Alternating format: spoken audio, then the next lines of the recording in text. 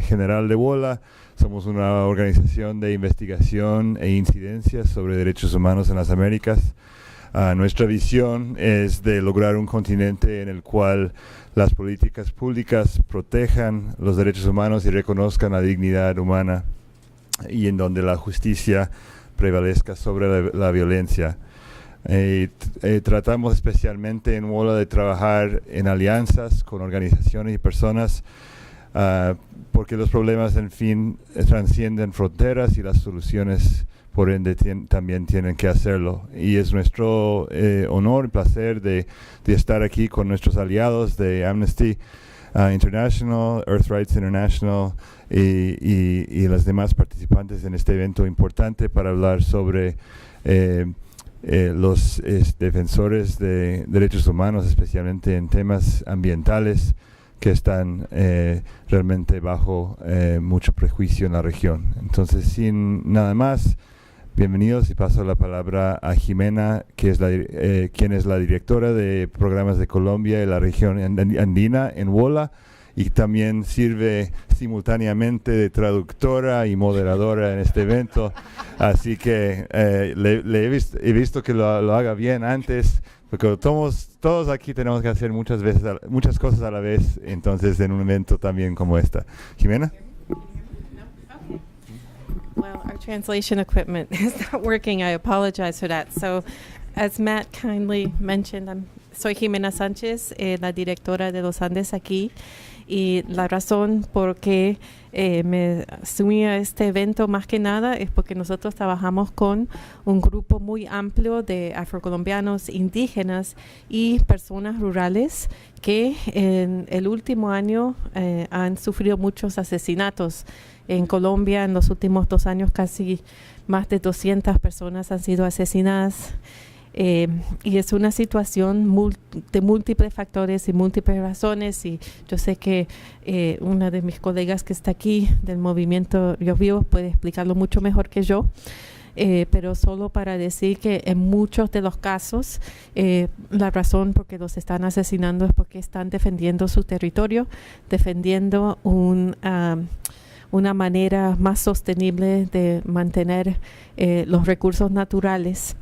Eso nos dio mucho placer cuando nos dimos cuenta que una de nuestras principales contrapartes, Francia Márquez, del Proceso de Comunidades Negras, ganó el premio Goldman. Hace poco, el mes pasado, estuvo aquí para recibirlo.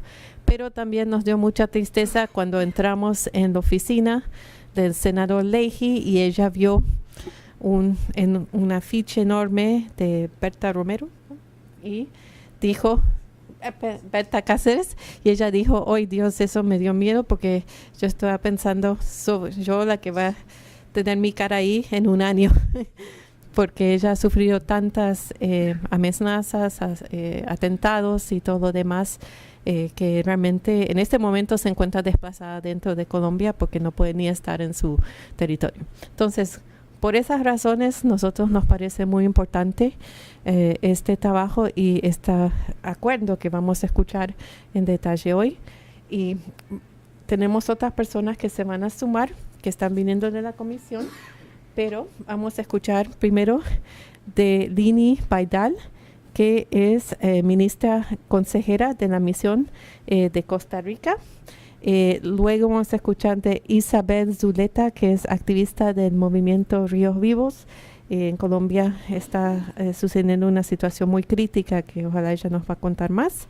Luego vamos a escuchar de Erika Rojas, que es la directora de las Américas de Amnistía Internacional, a Juliana Bravo Valencia, y el señor Paulo Abrao, el secretario ejecutivo de la CIDH, que está en camino. Entonces, cada persona va a hablar medio 10 minutos o algo así, y después vamos a tener una discusión abierta. Entonces, ¿por qué no empezamos con usted, señora Baidal? Gracias, Jimena. ¿Me escuchan? Sí. Ok. No. Vamos a acercarlo un poquito más. Ok. Eso. Gracias. Bueno, buenas tardes a todos, a las compañeras de la mesa y a Pablo que no ha llegado, pero le doy la bienvenida. Agradecer a nombre del Gobierno de Costa Rica la invitación que hemos recibido por parte de Amnistía Internacional, de WOLA y de Earth Rights International para participar en este evento ahora en un día tan especial como hoy, 5 de junio. Antes que nada, pues quería primero disculpar a la directora de multilateral de la Cancillería, quien era la persona que estaba preparada para participar en el evento hoy. Sin embargo, las actividades en la Asamblea General de la OEA pues se han complicado, entonces se le hizo imposible pues venir. Me pidió que la disculpáramos, pero bueno, estamos aquí presentes en nombre del Gobierno de Costa Rica. Es un gusto, gracias. Es un gusto compartir con todos ustedes y darles a conocer los contenidos y alcances del Acuerdo Regional sobre Acceso a la Información, la Participación Pública y el Acceso a la Justicia en Asuntos Ambientales o Acuerdo de Escazú, cuyas negociaciones Costa Rica tuvo el honor de presidir y liderar junto a la República de Chile, y con el apoyo que contamos de la Comisión Económica para América Latina y el Caribe como Secretaría Técnica, la CEPAL. Aprovecho también la ocasión para hacer un reconocimiento a la sociedad civil organizada de América Latina y el Caribe, la que participó de manera excepcional y firme en un proceso que fue particularmente abierto, transparente y participativo. Del 28 de febrero al 3 de marzo del presente año se llevó a cabo en la 9ª ronda de negociación del Acuerdo de Escazú, dando como resultado que el 4 de marzo de este año, 24 de los 33 países de América Latina y el Caribe adoptamos formalmente el acuerdo, que es trascendental para nuestra región, y vamos a ver por qué. El acuerdo tiene como objetivo garantizar, y aquí vamos a abrir comillas, porque así lo dice el acuerdo, garantizar la implementación plena y efectiva en América Latina y el Caribe de los derechos de acceso a la información ambiental, participación pública en los procesos de toma de decisiones ambientales y acceso a la justicia en asuntos ambientales, así como la creación y el fortalecimiento de las capacidades y la cooperación contribuyendo a la protección del derecho de cada persona, de las generaciones presentes y futuras, a vivir en un medio sano y al desarrollo sostenible. Cierro comillas. Este es un acuerdo importantísimo por muchas razones. Primero, porque es el primer acuerdo vinculante en América Latina y el Caribe que materializa los principios recogidos en la Declaración sobre la aplicación del principio 10 de la Declaración de Río de 1992, convirtiéndolos en obligaciones para nuestros estados. Asimismo, porque establece en nuestra región, así como lo hace la Convención de Aarhus, que fue establecida en 1998 en Europa, un estándar para la edificación de una democracia ambiental al contribuir a la prevención de conflictos socioambientales, al empoderamiento de las comunidades, a la búsqueda de canales de diálogo y al fortalecimiento de la institucionalidad. Por todas estas razones, el acuerdo constituye un valioso aporte a la consecución de la Agenda 2030 y a los Objetivos de Desarrollo Sostenible. El elemento más significativo que hace al Acuerdo de Escazú uno de los más importantes acuerdos ambientales y de derechos humanos de los últimos 20 años, y aquí voy a citar las palabras del relator especial de las Naciones Unidas sobre los derechos humanos y el ambiente, que dijo, abro comillas, es el primer tratado en el mundo que garantiza de manera particular un entorno seguro y propicio para las personas, grupos y organizaciones que promueven y defienden los derechos humanos en asuntos ambientales sin amenazas, restricciones e inseguridad. Cierro comillas. Esto no puede ser más indicado para poder conversar de este asunto un día como hoy, 5 de junio, Día Internacional del Ambiente. Nos abre las puertas de lo que esperamos que sea un futuro mejor. La inclusión de un artículo específico sobre defensoras y defensores de derechos humanos en asuntos ambientales no estuvo exenta de debates y discusiones en el Comité de Negociación del Acuerdo.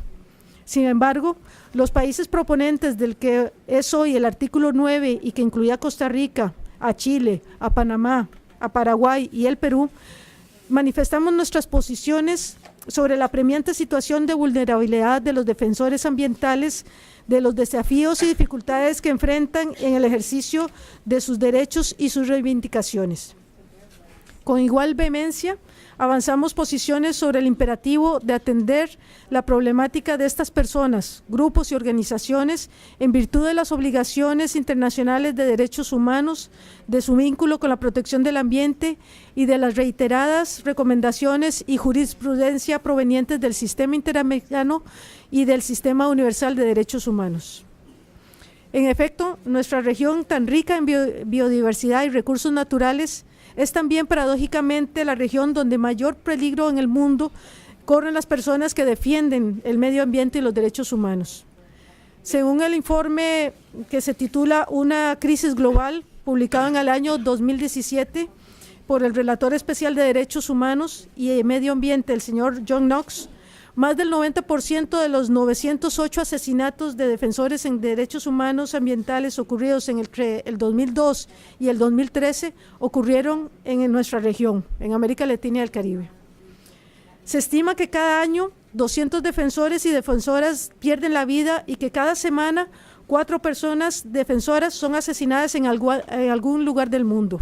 Son estadísticas espeluznantes. En este sentido, la Comisión Interamericana de Derechos Humanos ya había sido enfática en la necesidad de aplicar medidas específicas de respeto y garantía para esta población. En su informe del 2016 sobre criminalización de defensoras y defensores de derechos humanos, resaltaba múltiples mecanismos de persecución y acallamiento de las personas defensoras de derechos humanos ambientales, como por ejemplo el recurso a la judicialización contra ellas. Se subrayaba de igual manera en ese informe la incapacidad de muchos gobiernos de cumplir con el Estado de Derecho o de aplicarlo en contra de otros, en al menos 3 formas: la participación directa de agentes estatales en la violencia contra las personas defensoras, en la insuficiente capacidad de los gobiernos para investigar, castigar y reparar, y en la adopción de las leyes que restringen su espacio de acción.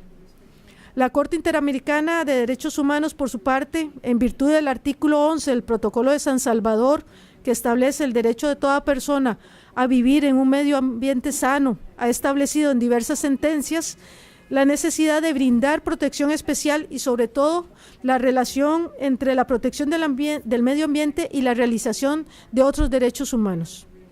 Ejemplo de ello está el caso del defensor de derechos humanos y otros contra el Estado de Guatemala. Lo cierto es que, consciente o no, la labor de los defensores de derechos humanos ambientales al proteger el medio ambiente también es salvaguardada del cumplimiento de gran cantidad de derechos humanos.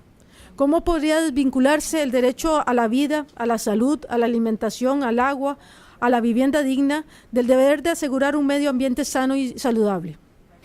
Otros instrumentos universales, comenzando por la Declaración Universal, los pactos de derechos civiles y políticos y económicos y sociales y culturales, pero también la Declaración de Naciones Unidas sobre los defensores de derechos humanos o los principios rectores sobre las empresas y los derechos humanos, amparan a las personas defensoras ambientales y demandan de los estados la obligación de protegerlos de las violaciones cometidas en su territorio y o jurisdicción de terceros, incluidas las empresas.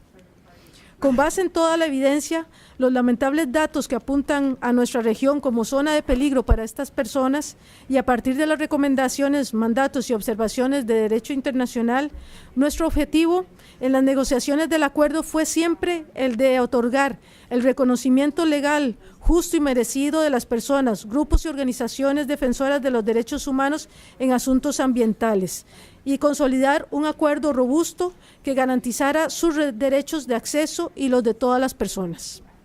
De esta manera, nos llena de mucha emoción saber que el párrafo 3 del artículo 9 establece, y aquí abro comillas, que cada parte tomará las medidas apropiadas, efectivas y oportunas para prevenir, investigar y sancionar ataques, amenazas o intimidaciones que los defensores de los derechos humanos en asuntos ambientales puedan sufrir en el ejercicio de los derechos contemplados en el acuerdo. Cierro comillas. Estas disposiciones ponen el enfoque de la lucha en favor del ambiente en la persona como agente de cambio. Cambio que pretendemos que se dé pasando de círculos viciosos a círculos virtuosos. Es decir, mediante su protección y la garantía de todos sus derechos, estaremos contribuyendo de igual forma a la protección del ambiente. Recalcamos que todo el articulado sustantivo de este acuerdo, que va del artículo 1 al 12, traduce en obligaciones, principios del derecho ambiental y de los derechos humanos relativos a procedimientos, marcos legales y relativos a las personas que forman parte de los grupos, y relativas al respeto de las personas que forman parte de los grupos vulnerables. De hecho, este acuerdo es también pionero por ser el primero en el mundo que incluye una definición de personas o grupos en situación de vulnerabilidad en su artículo 2. Por todas estas razones, Costa Rica, al igual que los otros 22 países que adoptamos el Acuerdo de Escazú, debemos sentirnos profundamente orgullosos de lo conseguido, pero el compromiso no acaba aquí, más bien el trabajo empieza ahora, ¿verdad? A poco más de 3 meses para que se abra la firma el próximo 27 de septiembre en la sede de la Organización de las Naciones Unidas en Nueva York, seguiremos difundiendo la importancia de este acuerdo junto a Chile y los demás estados firmantes y sus gobiernos y sus ciudadanías para que se entre en efecto lo antes posible. Somos plenamente conscientes que bajo los números y datos cuantitativos subyacen historias de vida, de personas que pierden su vida por hacer valer sus derechos y su futuro. Nombres como Jairo Mora, Rigoberto Lima, María do Espírito Santo da Lima, C. Claudio Ribeiro David Silva, Berta Cáceres, son solo algunos de las historias de luchas, historias de dignidad, pero también historias de ataques, de represalias, de amenazas y de muerte. En su memoria y con la convicción de detener las violaciones a los derechos humanos de las personas defensoras del ambiente y más aún de contribuir a la protección de nuestro planeta, seguiremos insistiendo como Costa Rica en la necesidad vital de este acuerdo para nuestra América Latina y el Caribe. Muchas gracias.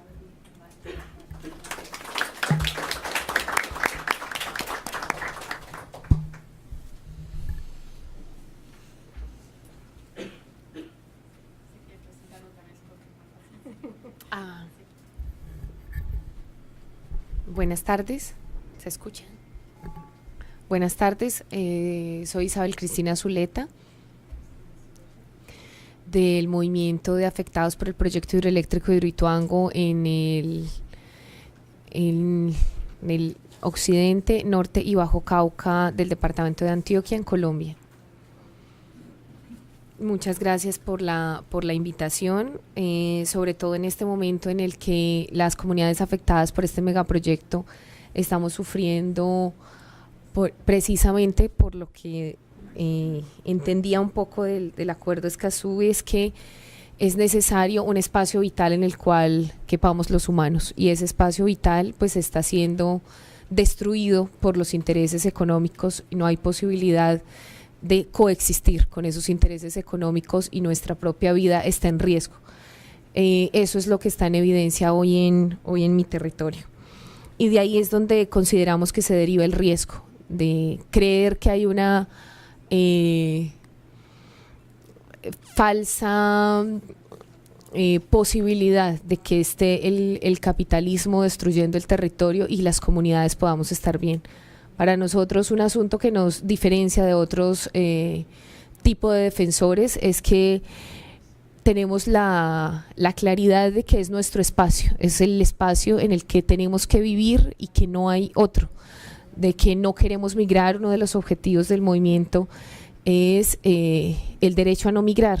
Nosotros queremos quedarnos en los territorios rurales y consideramos que el planeta no tiene posibilidades ambientales ni sociales con el hecho de seguir migrando hacia las ciudades, que la concentración poblacional es un asunto que ambientalmente todavía no se discute, que parece que queda disuelto en todas las discusiones ambientales, cuando hay problemas de megaminería, cuando hay problemas de megarepresas. No se discute que en el fondo todo lo que nos está sucediendo está haciendo que la población sea urbana y que en las ciudades no quepa la vida, que es imposible que todos estemos concentrados en las ciudades, que entre más concentración poblacional hay más violencia, pero también hay más destrucción de los territorios rurales. Entonces, el primer objetivo que nos trazamos es el derecho a permanecer en los territorios rurales, el derecho a no querer vivir hacinados y concentrados en la ciudad, y a que se nos respete una forma de vida, como es la forma de vida alrededor de los ríos, la gente de agua, como nos decimos. Y de esa manera entendemos que no se puede proteger a un defensor de derechos ambientales si no se protege su territorio, que es indescindible la unidad que tenemos, que nuestro cuerpo, que nuestra forma de vida es en relación al cañón del río Cauca, de donde vengo, que es en relación al mismo río Cauca, y que cuando se está destruyendo ese territorio se nos destruye a nosotros como población, pero también que cuando se nos ataca a nosotros se destruye el territorio, porque hacemos parte de él. Somos un animal más dentro de ese ecosistema, y somos un animal crítico con otros animales de nuestra especie, que intenta sobrevivir en ese hábitat, en un hábitat muy, muy complejo para la existencia humana, porque no solo hemos aprendido a vivir en un bosque seco tropical, hemos aprendido a vivir en las montañas, hemos aprendido a vivir alrededor de las lagunas, sino que hay otros que quieren esas lagunas, hay otros que quieren esos espacios vitales, y todo el tiempo esos espacios están en disputa. Entonces el riesgo está asociado también a esa disputa. Creemos que hay una matriz del riesgo distinta a los defensores de las ciudades. No nos pueden proteger de la misma manera que protegen a un defensor en la ciudad, precisamente porque los espacios son distintos y los riesgos son distintos. La matriz de comprensión del riesgo tiene que asociarse a la diferencia que tenemos por la labor que realizamos, pero también la diferencia que tenemos por lo que deseamos. Deseamos permanecer en ese espacio rural, por lo tanto pues no nos sirven los mismos mecanismos que tienen o que han tenido los estados y las buenas intenciones, porque tienen que consultar con nosotros. Cada espacio es distinto, el valle es distinto a la altillanura, es distinto a un cañón, y los espacios geográficos también determinan las maneras de ponernos en riesgo, pero también de protegernos. Entonces, todo eso es lo que hemos venido aprendiendo a partir de primero, entender qué hacemos, lo que estamos haciendo y por qué es tan riesgoso lo que estamos haciendo, por qué es tan riesgoso defender los ríos en Colombia. ¿Qué es lo que hace riesgoso defender un río? ¿Por qué no es legítimo defender un río? ¿Por qué se nos discrimina, se nos ataca, se nos persigue, se nos judicializa y se nos mata por el hecho de decir que queremos los ríos libres? Porque eso no existe en el escenario político. Y empezamos a entender precisamente que nos están matando en Colombia por disentir.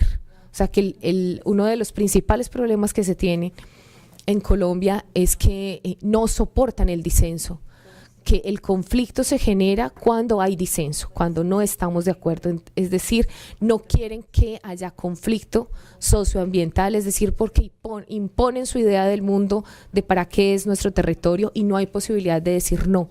Cuando decidimos no, es cuando nos están matando. Entonces, en Colombia se ha creado todo un aparato para que sea imposible decir no, para que nos dé miedo decir no, pero también para que ellos puedan imponer qué hacer con nuestro territorio. Y empezamos una serie de acciones, de sistematizar nuestras acciones para saber cuáles de nuestras acciones nos ponen en riesgo. ¿Qué es lo que más nos pone en riesgo? Identificamos que lo que más nos pone en riesgo es protestar, que cada que salimos a hacer una protesta hay ataques, que cada que nos reunimos, que ese derecho de reunión en la plaza pública es un riesgo para nosotros, y no puede ser que el ejercicio de los derechos sea un riesgo, que el derecho a la protesta sea un riesgo para nosotros. Es muy doloroso identificar esa situación, porque casi es que el mensaje sea no ejerzan sus derechos porque están en riesgo. Y en ese sentido, pues nosotros vemos que lo que tiene que haber es un escenario posible del ejercicio de los derechos.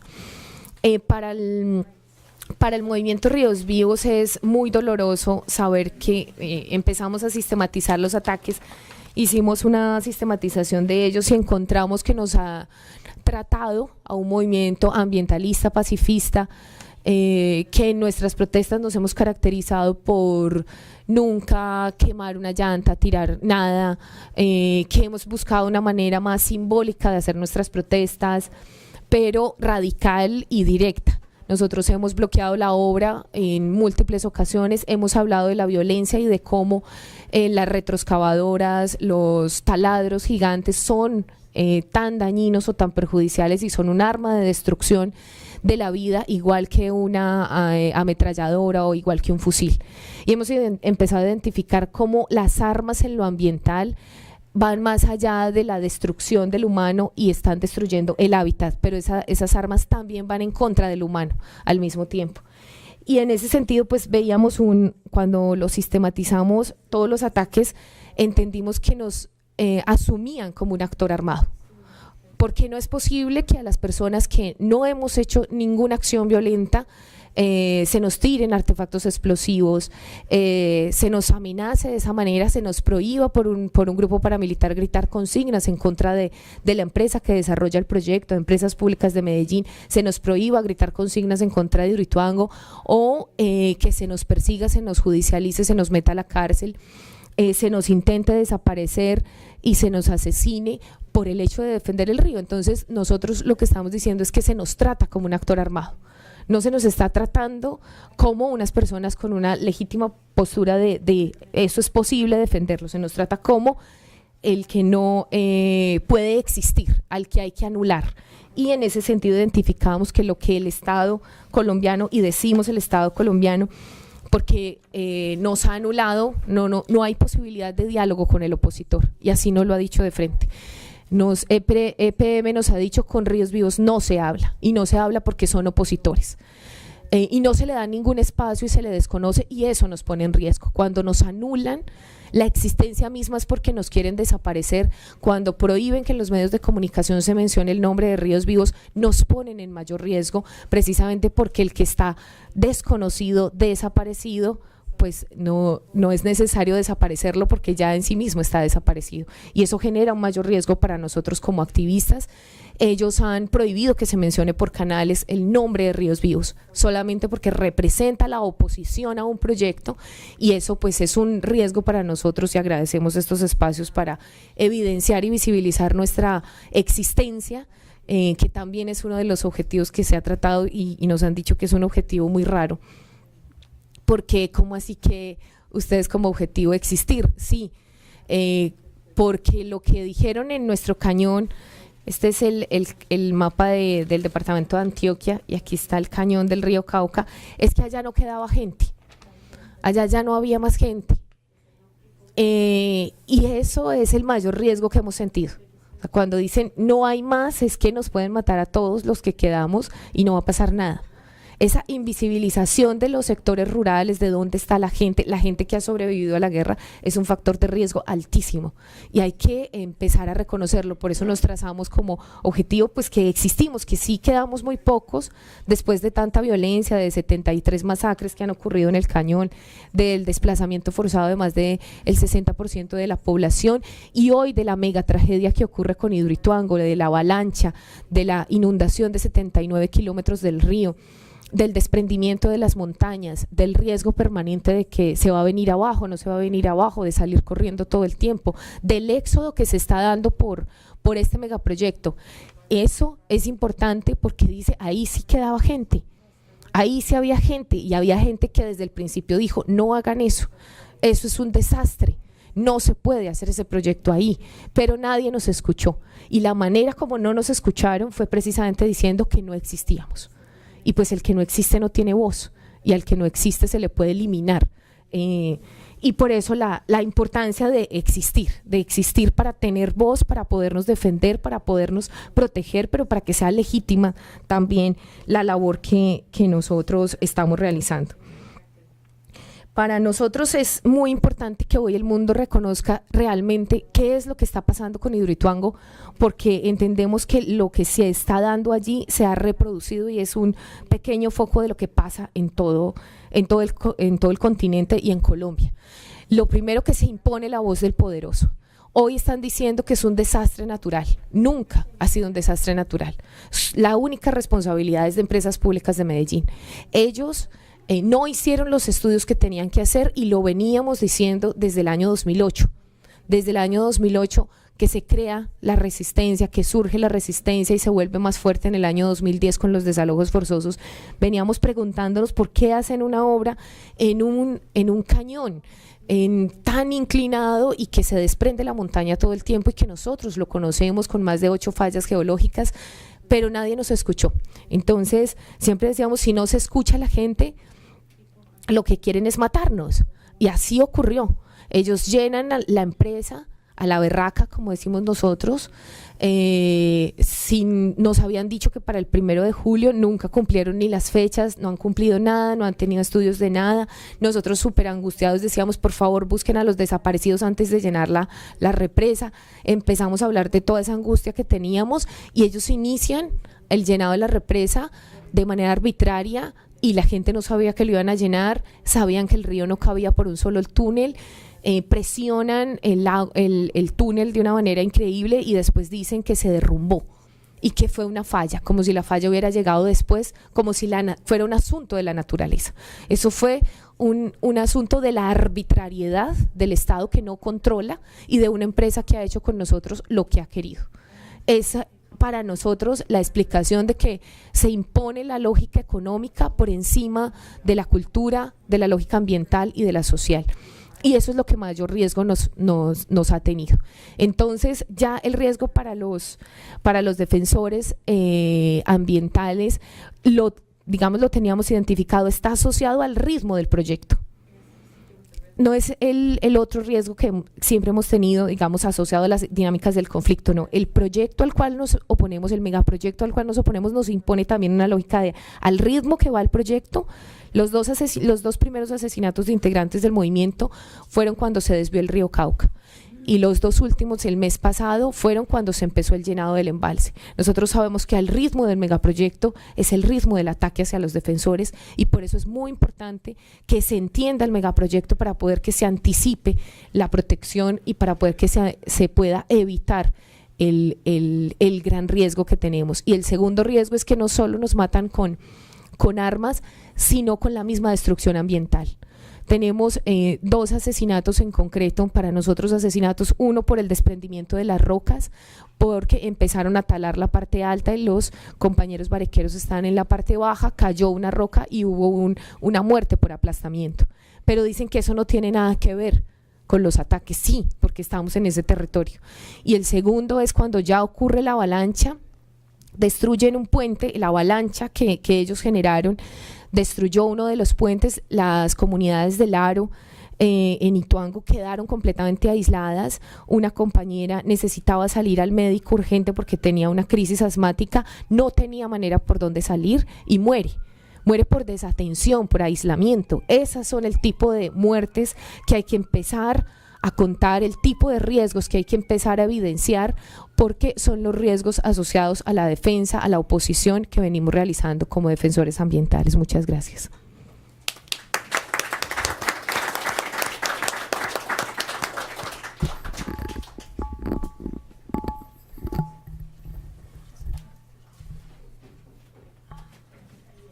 Ya, listo.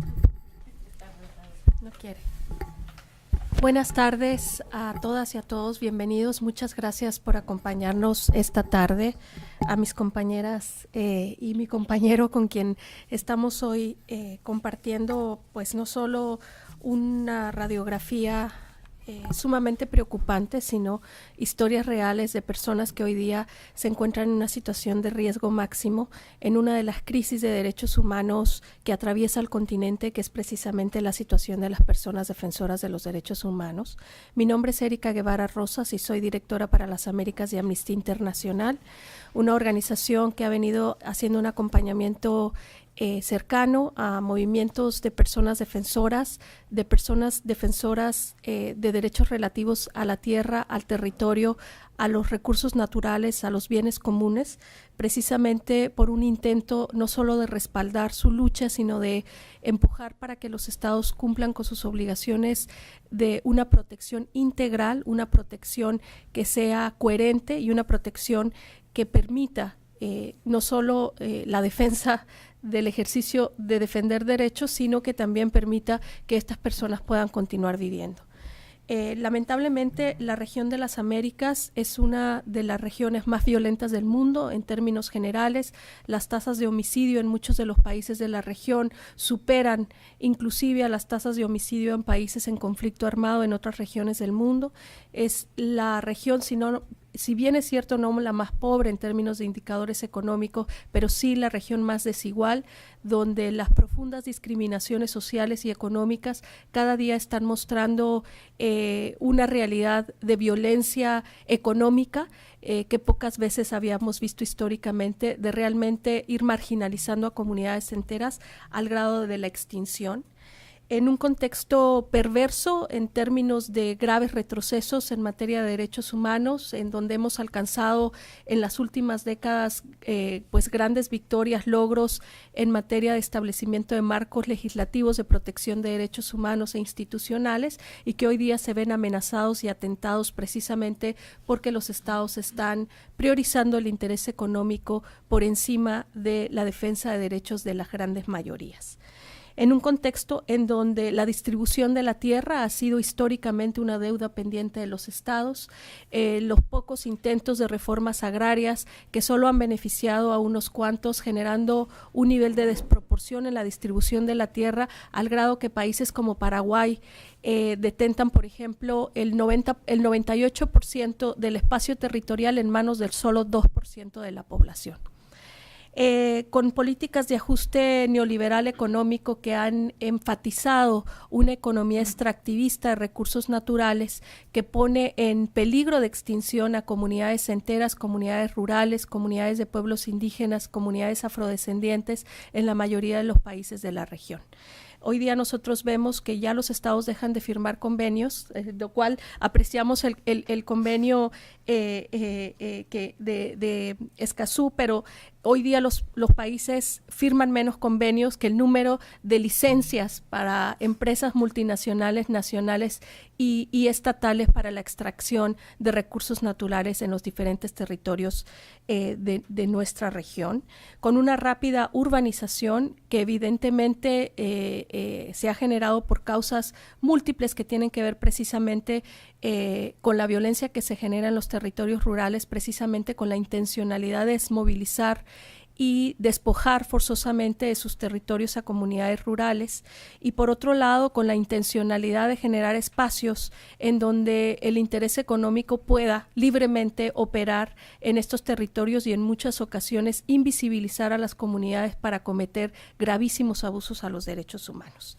Y es en este contexto que organizaciones hermanas como Frontline Defenders o Global Witness han venido haciendo registros del número de personas asesinadas, personas defensoras de los derechos humanos. El registro de personas que conocemos han sido asesinadas, porque otro de los problemas fundamentales que tiene nuestra región es el grave grado de impunidad y de subregistro existente.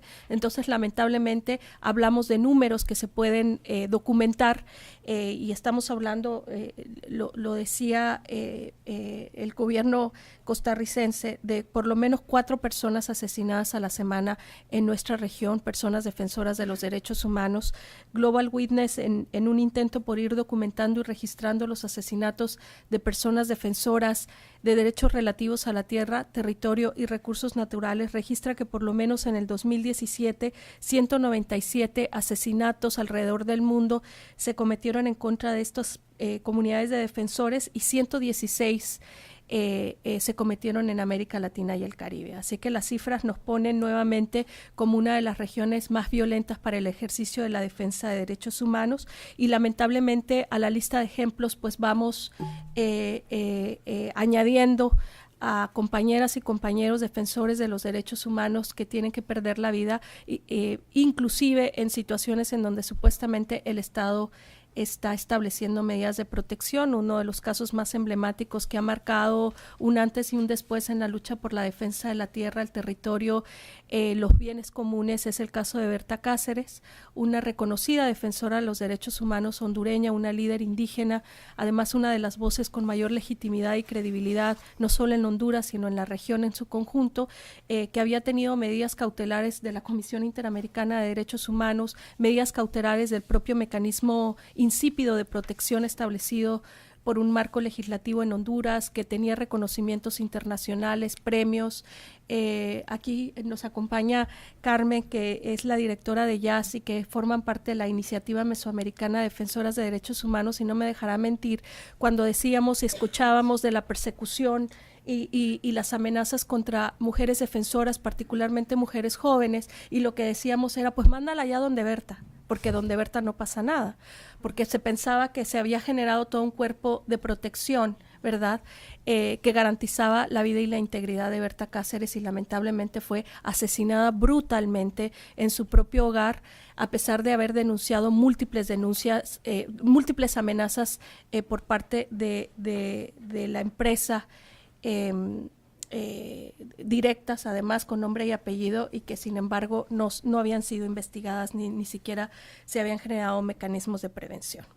Entonces, frente a un contexto tan complejo, ¿verdad?, en donde la violencia ha llegado a niveles extremos, una violencia que no solo se ejemplifica con el número de asesinatos, sino con una serie de amenazas y atentados contra la integridad, la seguridad, la libertad de las personas defensoras de los derechos humanos, Amnistía Internacional ha venido documentando un patrón, una receta, ¿verdad?, perfecta para la criminalización y el ataque contra personas defensoras y sus comunidades, en muchos casos comunidades enteras que se ven a la merced de este tipo de violencia y este tipo de amenazas, y que se constituyen primero en campañas de estigmatización, campañas de desprestigio frente a la labor que realizan las personas defensoras y las propias comunidades en resistencia por la defensa de los bienes comunes, que no solo son de ellos, pero de todos y todas, y por la defensa de su territorio y el derecho al acceso a la tierra y a esos recursos naturales y a la protección de esos recursos naturales. Esta estigmatización va desde campañas de desprestigio con evidencia de pago de las propias empresas, es decir, las propias empresas generan estas campañas pagadas a través de los medios de comunicación para estigmatizar la defensa de los derechos humanos. En muchos casos que nosotros hemos documentado en países como Honduras, Guatemala, es el propio Estado que inicia campañas de desprestigio con autoridades al más alto nivel, incluido presidentes, como en el caso de Honduras, Juan Orlando Hernández, que públicamente en discursos televisados estigmatiza la defensa de los derechos humanos, acusando a las personas que los defienden y a sus comunidades de personas en contra del desarrollo, de personas que ejercen la violencia o criminales, etcétera. Y lo vemos en todas partes, incluido en Nicaragua, en la defensa de los derechos de los movimientos campesinos en contra de este proyecto fantasioso de Ortega, del Gran Canal, y digo fantasioso porque indiscutiblemente, y no estamos aquí para hablar sobre la viabilidad o no, pero lo cierto es que generó una situación tanto de marco legislativo como de política pública totalmente violatoria de los derechos humanos de comunidades campesinas y rurales en toda Nicaragua. El otro ingrediente de esta receta, pues evidentemente está muy vinculado a esta estigmatización, que es como empieza, ¿verdad?, que es el tema de la criminalización, ¿no?, del uso indebido del sistema de justicia para callar las voces de aquellas personas que están en defensa de derechos humanos y en defensa de los recursos naturales y la protección de los mismos. Y tenemos casos múltiples y pues tenemos una organización que además ha acompañado la lucha de muchas personas defensoras y sus comunidades, pero conocemos casos tan emblemáticos como el caso de Máxima Acuña, un caso muy conocido por el proceso de resistencia de Máxima y su familia de lo que ella describe como su derecho al buen vivir, ¿no? Eso exactamente, al vivir rodeada de su naturaleza, de sus ríos, tener la posibilidad de la siembra de sus propios cultivos, el cuidado de sus animales, etcétera, y que hoy está siendo atentada por una empresa minera con capital estadounidense, una empresa peruana que tiene un capital importante financiero de Newman. Y frente al acoso, no solo de la empresa, sino de la falta de protección del propio Estado y el acoso del propio Estado para que Máxima abandone su tierra, nos enfrentamos no solo a un juicio, ¿verdad?, que la acusa de usurpación, sino a por lo menos ha tenido que enfrentar 37 procesos penales por diferentes cargos, ¿no?, cometidos por la empresa, pero cuando la empresa ha cometido abusos a sus derechos humanos, como el robo de sus animales, la destrucción de sus plantíos, la destrucción de su vivienda, y ella ha interpuesto denuncias ante el Ministerio Público, ante la Fiscalía, esas denuncias nunca son procedentes, ¿no?, porque siempre la invitan a que busque dialogar con la empresa. Entonces, ese es el tipo de casos que lamentablemente hoy día se están convirtiendo en una norma, lejos de ser una excepción. Cada día añadimos a la lista personas defensoras de los derechos humanos criminalizadas. En Guatemala, por ejemplo, por lo menos Amnistía Internacional ha documentado el caso de 7 personas que han sido criminalizadas en este año, y muchas otras personas que han tenido que enfrentar un sistema de justicia perverso que termina criminalizando la defensa de derechos y anteponiendo el interés de los poderes económicos y los poderes políticos que lamentablemente no están separados, sino que siempre están en contubernio unos con los otros. Y luego, pues finalmente, esta receta conlleva a una serie de impactos y consecuencias en las comunidades de estas personas defensoras de los derechos humanos, cuyos derechos son totalmente violentados, y me refiero a toda la gama de derechos, desde sus derechos civiles y políticos, con la violación a su derecho a manifestarse, a expresarse libremente, a su derecho a la asamblea pacífica, e inclusive a su derecho a la participación, y de ahí la importancia de este acuerdo, que se pueda garantizar esa participación, pero también a toda la gama de derechos económicos, sociales y culturales, aislando a las comunidades, en muchos casos limitando y restringiendo el acceso a recursos naturales. Por ejemplo, tenemos el caso de un defensor y su organización en Chile, Rodrigo Mundaca, que quizás han escuchado últimamente porque su caso ha tenido cierta prominencia, porque es una comunidad que era tradicionalmente históricamente vivía del cultivo de palta, de aguacate, no sé acá cómo le llaman, se llama de muchas maneras, lo que se usa para el guacamole, y que lamentablemente hoy se ha convertido en una gran moda. Yo como mexicana he decidido no comer más guacamole y darle el derecho a estas comunidades. Y lo que sucede es que el gobierno firma un acuerdo con una empresa multinacional para la producción de palta en la misma zona. La empresa empieza a acercar sus cultivos, pero la palta requiere mucha agua, ¿no? Y empezaron a entubar el agua. Y entonces las comunidades que históricamente habían tenido acceso a recursos naturales, incluido el agua, para su propio cultivo de autoconsumo, quedaron en una zona desértica, en donde se les provee agua en pipa, y que se le otorga a cada persona 8 litros a la semana para subsistencia, ¿no? Entonces, ahora esta organización, la comunidad se ha organizado en diferentes formas a través de una organización dirigida por Rodrigo Mundaca, quien está también no solo amenazado contra su integridad y su vida, pero también criminalizado precisamente por la defensa. Y así podemos tener historias de terror, ¿verdad? Sobre todo en países en donde quizás no se conoce también la lucha por la defensa de la tierra y los recursos naturales, en el caso de Chile, el caso de Argentina, muy particularmente con la lucha de los pueblos mapuches, que además enfrentan a un sistema de justicia con leyes antiterroristas que los tratan como los peores delincuentes, y lo hemos visto muy recientemente en Chile con el caso de varias personas machis, que son estos líderes espirituales de los pueblos mapuche, que enfrentan a la justicia a través de estas leyes antiterroristas y que generan un ambiente no solo estigmatizador y criminalizador a través del sistema de justicia, sino también a través de la narrativa social, el discurso, gente que es atacada, ¿no?, por sus propios vecinos, precisamente por estas campañas masivas de desprestigio y estigmatización. Y frente a esto, la respuesta del Estado, de los estados, ha sido una respuesta irresponsable, negligente, en muchos casos indolente, con los pocos países que cuentan con mecanismos de protección como México, Colombia, Honduras, que son mecanismos superficiales, mecanismos con una perspectiva militarizada, es decir, policíaca, ¿no? Que entienden la protección en virtud de que les ponen un chaleco antibalas en muchas comunidades que ni siquiera pueden usarlo por hasta por el clima, hasta por el peso, lo que sea, con un teléfono celular, y además cuando uno les cuestiona la rendición de cuentas, pues nos presentan un presupuesto, ¿verdad?, de cuántos, según ellos, miles de dólares se han gastado en estos teléfonos y en este aparato policíaco de protección, cuando son la misma, muchas veces, policía quien amenaza y atenta contra la vida de estos defensores. Y no se están generando verdaderos mecanismos de protección integral que van desde el más alto nivel de gobierno y que incluyen una serie de medidas que las propias comunidades hoy día están demandando y que en muchas ocasiones son medidas colectivas que pocos gobiernos entienden en términos de necesidad. No es porque no lo quieran, no lo entiendan, sino porque no lo quieren entender.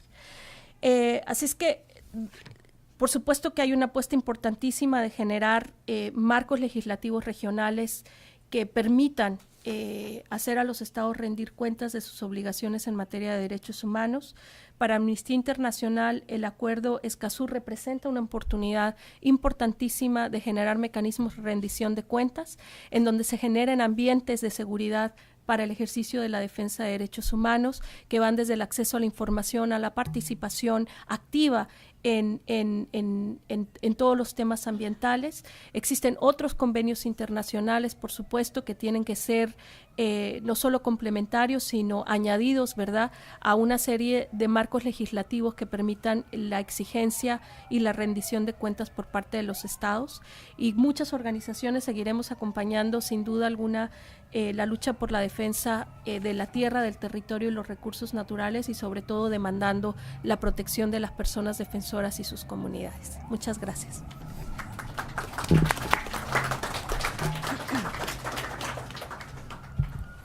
Buenas tardes para todos y para todas. Mi nombre es Juliana Bravo, soy abogada colombiana y soy directora del programa de la Amazonía de ERI, que es una organización internacional que tiene oficinas en varias partes del mundo, y tenemos una en Perú que trabaja de manera regional, y tenemos también otra oficina acá en Washington.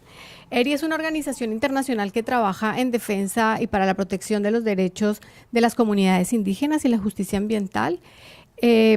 Trabajamos básicamente en 3 áreas, que son litigio, incidencia internacional y todo el tema de la capacitación tan importante para visibilizar y trabajar estos temas con las comunidades indígenas. Desde ERI también tenemos mucho tiempo de acompañamiento no solamente de las comunidades indígenas, sino venimos pensando la problemática de lo que significa la defensa de los derechos humanos. Justamente porque a través del litigio de casos para rendición de cuentas y denuncias contra los estados y las empresas en defensa del derecho a la vida, a la tierra, al territorio y al medio ambiente, nos damos cuenta que hay un gran estigma y una criminalización, como ya lo han señalado mis compañeras. Y por eso yo creo que es supremamente importante este espacio. Agradezco a WOLA, a Amnistía, a la Comisión Interamericana presente, por supuesto las historias que cuenta el movimiento Ríos Vivos. Creo que es súper importante poder tener estos espacios de diálogo y de reflexión conjunta sobre los retos y los desafíos que impone el derecho internacional de los derechos humanos para la protección efectiva de los derechos humanos, ¿no? Porque se habla mucho sobre la necesidad, hay cantidad de informes, ya lo señalaba Erika, sobre las cifras que hay de los asesinatos, lo que implica la violencia y el crimen contra los defensores y las defensoras. Pero necesitamos saber cuáles son esos pasos, cuáles son los retos que implica justamente esa situación tan grave que ya han señalado. Es supremamente grave pensar que más o menos en el último año en la América Latina han asesinado 10 defensores de derechos humanos por mes, ¿no? Realmente las cifras son alarmantes. Y justamente el acuerdo representa un logro muy importante, pero representa grandes retos para los estados y grandes retos para la sociedad civil. Por supuesto, grandes retos para organismos como la Comisión y la Corte Interamericana. es importante recalcar que se suma a la situación de los asesinatos, que la guerra contra los defensores y las defensoras de la tierra, el territorio y el medio ambiente se da claramente por un modelo extractivista, y que ese modelo representa la violencia, pero que algo que no hemos dicho acá en esta mesa, a pesar de que somos mujeres, es que hay un enfoque de género también, hay una invisibilización de la violencia contra las mujeres defensoras.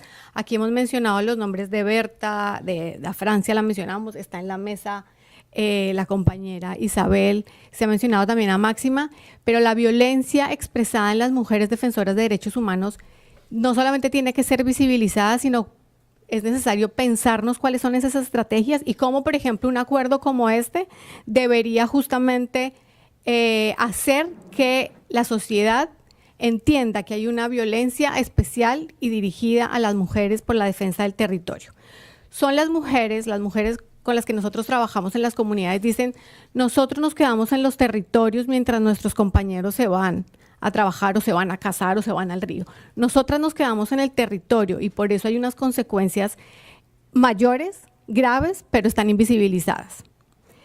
Entonces creemos que las condiciones especiales de la violencia contra las mujeres defensoras es importante.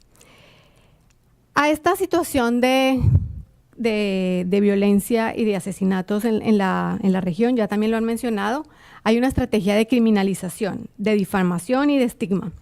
La persecución y el uso del derecho penal, pero también de la estrategia y del uso de otras herramientas institucionales de los estados en contra de los defensores de los derechos humanos es grave. Solamente para dar un ejemplo, en el Perú hay una serie de mecanismos, hay un alto índice de criminalización contra los defensores y las defensoras, pero hay unos mecanismos que los estados están implementando, empiezan a sofisticarse ciertas acciones por parte de los estados que no se condicen, por supuesto, con los discursos y con las afirmaciones de buena voluntad, por supuesto, por ejemplo, para llegar a acuerdos como el Acuerdo de Escazú, pero existen políticas internas graves que aparentemente son estrategias que no están dirigidas para la criminalización, pero que cuando entendemos y analizamos esas estructuras y cómo funcionan, nos damos cuenta que es toda una institucionalidad y son mecanismos claramente pensados y estratégicamente diseñados para proteger una política extractivista en contra de los defensores y las defensoras de derechos humanos. En el Perú, por ejemplo, existen normas de rango constitucional y legal que permiten la existencia, que permite que se firmen acuerdos o convenios entre la Policía Nacional y las empresas extractivas para la protección de los intereses de las propias empresas. Nosotros, a través de una investigación que hicimos recientemente, nos encontramos que hay 145 convenios con diferentes empresas extractivas, de las cuales muchas son nacionales, pero hay una inmensa mayoría que son internacionales, muchas de ellas de Estados Unidos, otras chinas. Cuando nosotros empezamos a analizar cómo funcionan esos convenios, la situación realmente alarmante, ¿no? Ahí, obviamente, lo que hay detrás de eso es la privatización de la función pública, la privatización de la función social, la privatización de las fuerzas públicas para favorecer intereses particularmente de las empresas y en contra de la defensa de la vida, del territorio y del medio ambiente.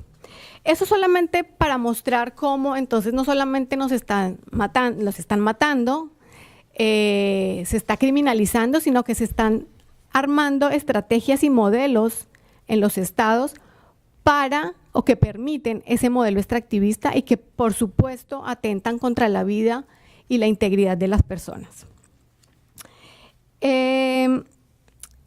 Isabel contaba claramente cuál es la situación de Hidroituango, ¿no? Es una represa, pero el problema es que esa situación que ella cuenta no es una situación aislada, es una situación que podríamos pensar lo que se da en diferentes lugares. En Bolivia hay toda una también, se ha declarado de interés nacional también una serie de represas en la Amazonía boliviana, igualmente en la Amazonía peruana. En el año 2007, si no me equivoco, Se plantea desde el gobierno nacional y se dice que es de interés nacional la construcción de 21 represas en uno de los principales ríos, los afluentes de la Amazonía peruana. Entonces, son todas, reflejan la situación, reflejan el estado de cosas de un continente inmensamente rico, de un continente lleno de comunidades indígenas que quieren defender su territorio, que no se quieren mover, que quieren proteger los ríos, que quieren proteger sus territorios, pero los sistemas de criminalización, los sistemas de los estados para la persecución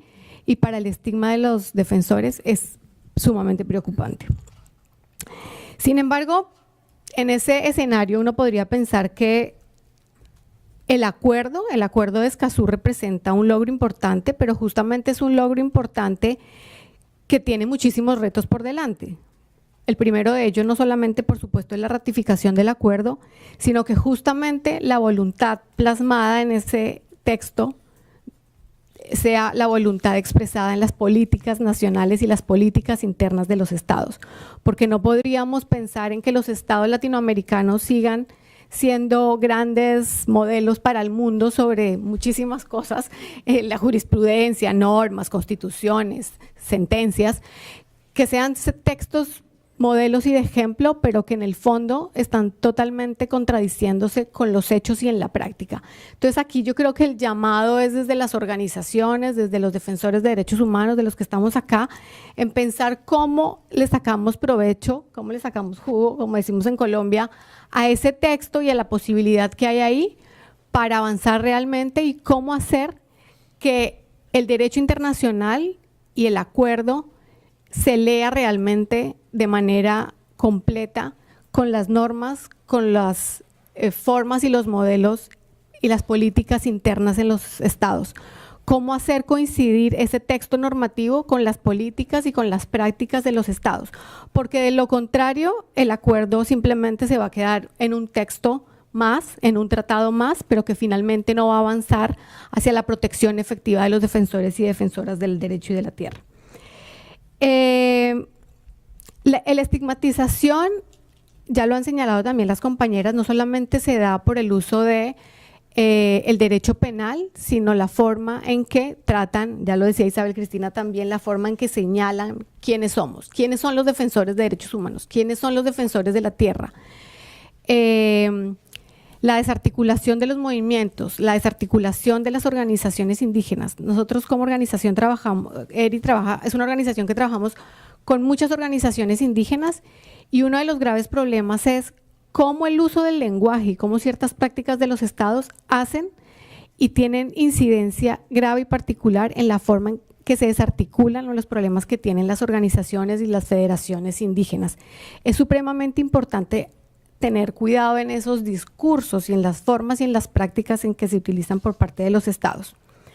Hay algo también que no se ha mencionado acá y es que esta situación y este panorama grave tiene un componente de impunidad altísimo, ¿no? Es decir, no hacemos nada teniendo denuncias, nosotros litigamos casos, nosotros ponemos las denuncias, se hacen las demandas, pero no hay una respuesta efectiva por parte de los estados, del Poder Judicial.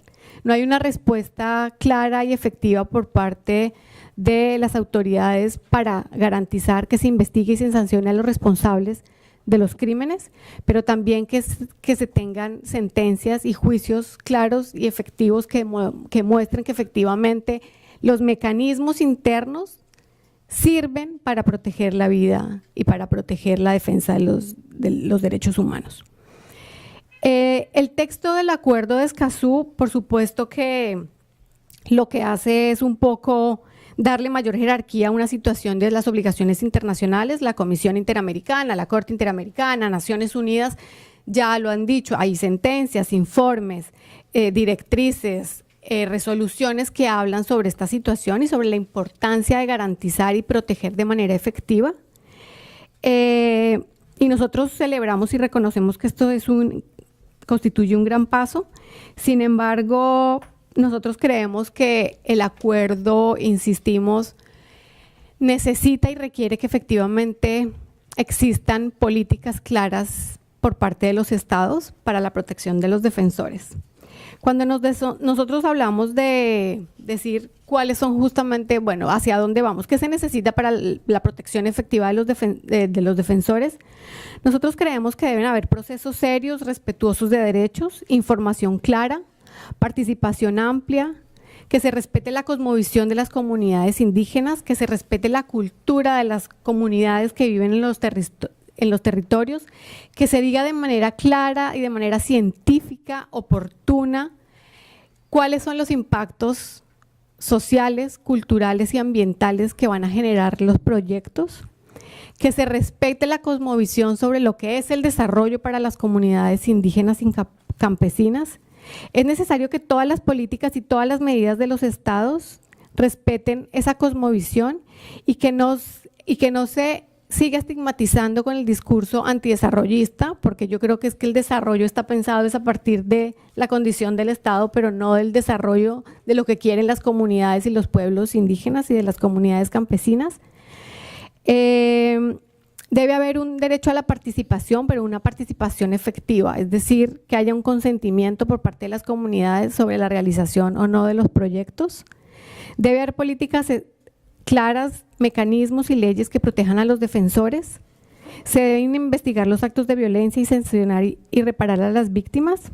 Tienen que haber mecanismos y seguimiento de rendición de cuentas a las empresas, porque entonces seguimos teniendo modelos que permiten la entrada de las empresas, pero que no hay rendición de cuenta efectiva por parte de lo que hacen las empresas. Y como son un gran capital y tienen muchísimo poder, entonces, en el caso que les decía de Perú, por ejemplo, es cómo el Estado peruano está dando al servicio de las empresas a la policía, simplemente les está entregando su mayor fuerza, de la que todos los peruanos y todos los extranjeros que vivimos ahí se paga del impuesto, pero simplemente está a favor de los intereses de las empresas. Los resultados de los resultados de los estudios de impacto ambiental, por ejemplo, de la evaluación de los proyectos, tiene que hacerse de manera clara, tiene que informarse a las comunidades y eso no lo hacen los estados. Por toda la región donde nosotros caminamos y escuchamos a las comunidades, todos dicen, vienen y nos hacen talleres, nos pasan hojas en blanco y nos hacen firmar y nos dicen que los impactos no van a ser sino 2 o 3 cosas de manera poco científica, poco clara, se les dice mentiras a las comunidades. Entonces yo creo que en este escenario, en realidad, lo que hay que pensar es cómo hacer que se lean y que se entiendan que las políticas de los estados y las obligaciones internacionales de los estados solamente se van a ver reflejadas y de manera clara si hay unas políticas internas que se lean y se condigan realmente con las obligaciones internacionales, porque de lo contrario el acuerdo de Escazú lo podemos celebrar y pensar y decir que está muy bien el texto y realmente que puede haber una voluntad de los estados, pero la voluntad tiene que reflejarse en las prácticas y acciones concretas para que en un tiempo que estuviéramos acá sentados estuviéramos celebrando y contando que justamente la situación sí se ha revertido, pero la situación no se va a revertir si no existe esa política y esa intención por parte de los estados. Muchas gracias.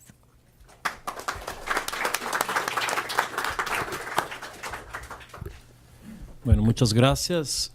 Yo soy Paulo Abrão, soy secretario ejecutivo de la Comisión Interamericana de Derechos Humanos. También quiero agradecer a Ola y expresar mi alegría de compartir essa mesa de discussão com vocês, ante a presença incluso de muitos importantes defensores de direitos humanos. Creio que desde a perspectiva da Comissão Interamericana, um órgão regional de proteção aos direitos humanos, que tem que pensar e elaborar sempre qual será seu rol e seu papel para cumprir bem seu mandato, entre eles o do fortalecimento do sistema de justiça regional e internacional, que pueda resultar em mais proteção, especialmente aos defensores de direitos humanos. A Comissão, ao final de 2016, finaliza seu ano com a publicação de um informe sobre criminalização de defensores de direitos humanos.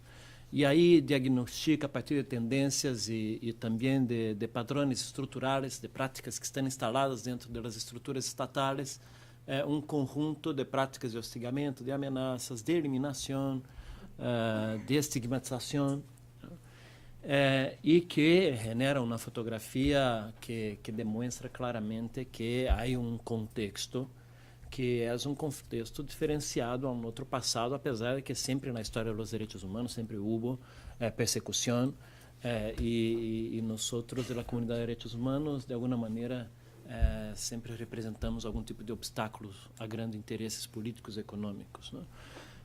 Pero isso se suma a contexto e que a comissão exatamente estava elaborando seu novo plano estratégico, e para elaborar esse plano estratégico, evaluando o contexto regional da nova situação para responder com suas práticas e para reposicionar suas ações institucionais para servir, né, de maneira efetiva a esta nova realidade que nós temos, que não é mais a realidade dos 80, dos 90, hoje temos uma realidade que há que reconhecer e falar abertamente de desprestígio do direito internacional dos direitos humanos, de desprestígio da presença e do próprio funcionamento das organizações internacionais, dos organismos internacionais com capacidade efetiva de responder aos problemas que se generam, as demandas sociais que se apresentam, né, que se combina incluso com o desprestígio das instituições democráticas dentro dos países a partir de uma ausência de credibilidade crescente, o ambiente que aqui já foi, não vou repetir, o contexto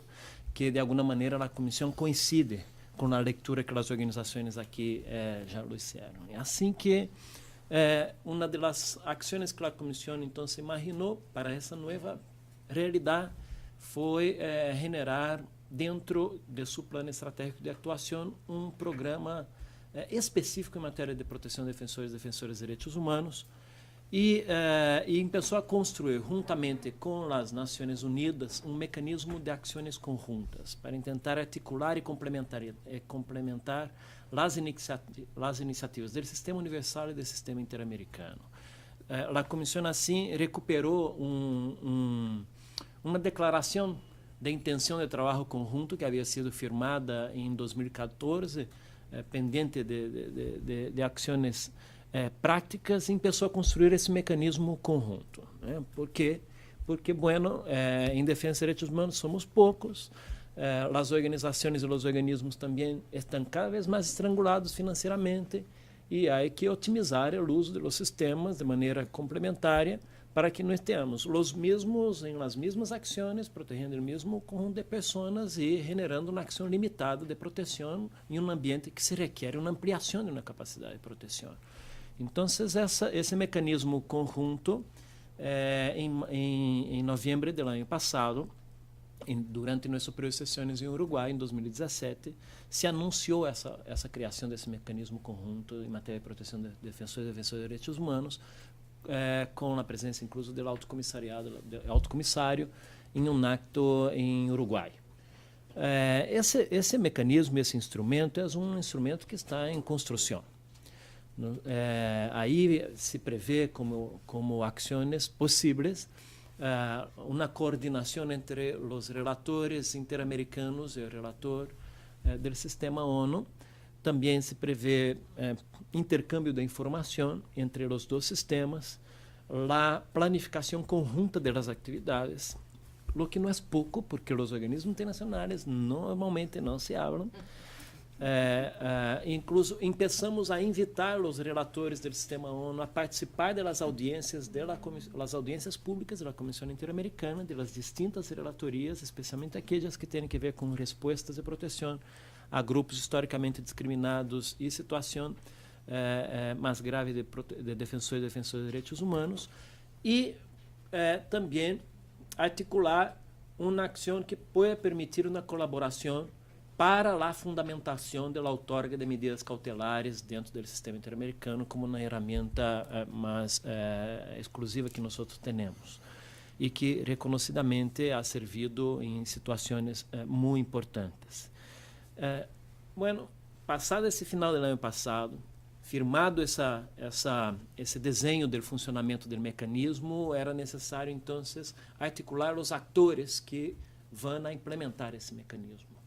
E agora, em fevereiro, durante nossas sessões em Colômbia, realizamos uma reunião de los puntos focales de las oficinas nacionales y regionales de las Naciones Unidas en las Américas, en todos los países, junto con nuestro equipo técnico de la Relatoría de Defensores de Derechos Humanos, de monitoreo regional de la situación de los derechos humanos, e aí se aprovou um plano de trabalho concreto, a partir destas 4 possibilidades, esses 4 grandes objetos que se anunciou com a criação do mecanismo, né? Então, se discutiu nesse encontro de todo um dia um conjunto de definição de prioridades, a identificação de situações de risco. Também se intercambiou informações sobre contexto, ameaças e articulação com os mecanismos nacionais, aqueles que todavia funcionam, porque muitos deles estão sendo também desconstruídos. E essa iniciativa de se tentar colaborar de maneira mais imediata em situações urgentes. Também se prevê, dentro do mecanismo, a possibilidade de preparação de informes conjuntos. E, de hecho, já estamos em marcha com o primeiro informe conjunto do Sistema Interamericano de Proteção de Defensores junto com o Sistema Universal. Está em revisão nesse instante e é sobre a situação de defensores em la região e que, a sua vez, realiza uma recompilação também de todas as recomendações estándares que a Comissão Interamericana, ao longo do tempo, ha acumulado em sua atuação e também a própria Nações Unidas, né? Também se apunta, dentro desse mecanismo, a elaboração de um informe sobre mecanismos de proteção, a possibilidade de realização de campanhas conjuntas, e se decidiu concretamente realizar uma campanha de prestígio de los defensores de direitos humanos para enfrentar esse discurso de ódio, esse ambiente que hoje apunta a ampliação da estigmatização de sua atuação, para defender a labor, a atuação dos defensores de direitos humanos. Há que disputar narrativas, há que disputar dentro da sociedade a formação da opinião pública, que cada vez mais, a partir de visões muito limitadas, estão restringindo sua opinião favorável aos direitos humanos, não? Também esse mecanismo prevê para nós a possibilidade de consultas conjuntas com a sociedade civil e outros atores. A próxima consulta vai realizar-se em outubro. Em Uruguai mesmo foi realizada já uma consulta com atores e organizações da sociedade civil também. E bem, também aí se habla de outro informe sobre proteção para tentar identificar as boas práticas em la implementação de medidas cautelares, porque a Comissão também necessita empurrar e fortalecer o uso de seu sistema de medidas cautelares. Tudo isso é algo que, de alguma maneira, estamos compartilhando com vocês de maneira progressiva e os anúncios vão ser realizados oportunamente, pero para dizer que, fundamentalmente, o desenho desse mecanismo vai depender muito do involucramento das organizações, dessas possibilidades, como esse encontro, para recorrer sugerências e orientações sobre onde efetivamente o mecanismo pode servir.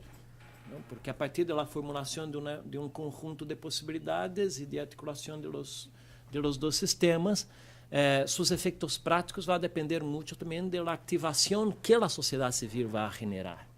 Não? Basta para pôr em prática sua contribuição, qual é a potencialidade de sua efetiva contribuição. O que para nós é muito claro é que nesse contexto complexo que estamos passando em matéria de direitos humanos, não? Insisto, hoje nós somos obstáculo efetivo, obstáculos que a mirada de muitas pessoas devem ser efetivamente eliminados, e não é apenas eliminados como atores, né? Eliminados como ideia, eliminados como ação, eliminados como organização. Há que generar alianças muito amplas para fortalecer nossas posições em matéria de proteção dos direitos humanos, especialmente dos defensores que estão na linha no front, não dessas principais batalhas. Uma dessas alianças más allá de las alianzas que se puede pensar, de los mecanismos regionales con la sociedad civil, con actores estatales que están ubicados en organismos autónomos de derechos humanos, que corresponden a los principios de París, pero también entre los propios organismos internacionales de protección. Entonces, ese mecanismo él nos ayuda a pensar essas possibilidades, ele abre para nós essa ideia de que também há que generar uma aliança desde os sistemas regionais e os sistemas subregionais de proteção dos direitos humanos.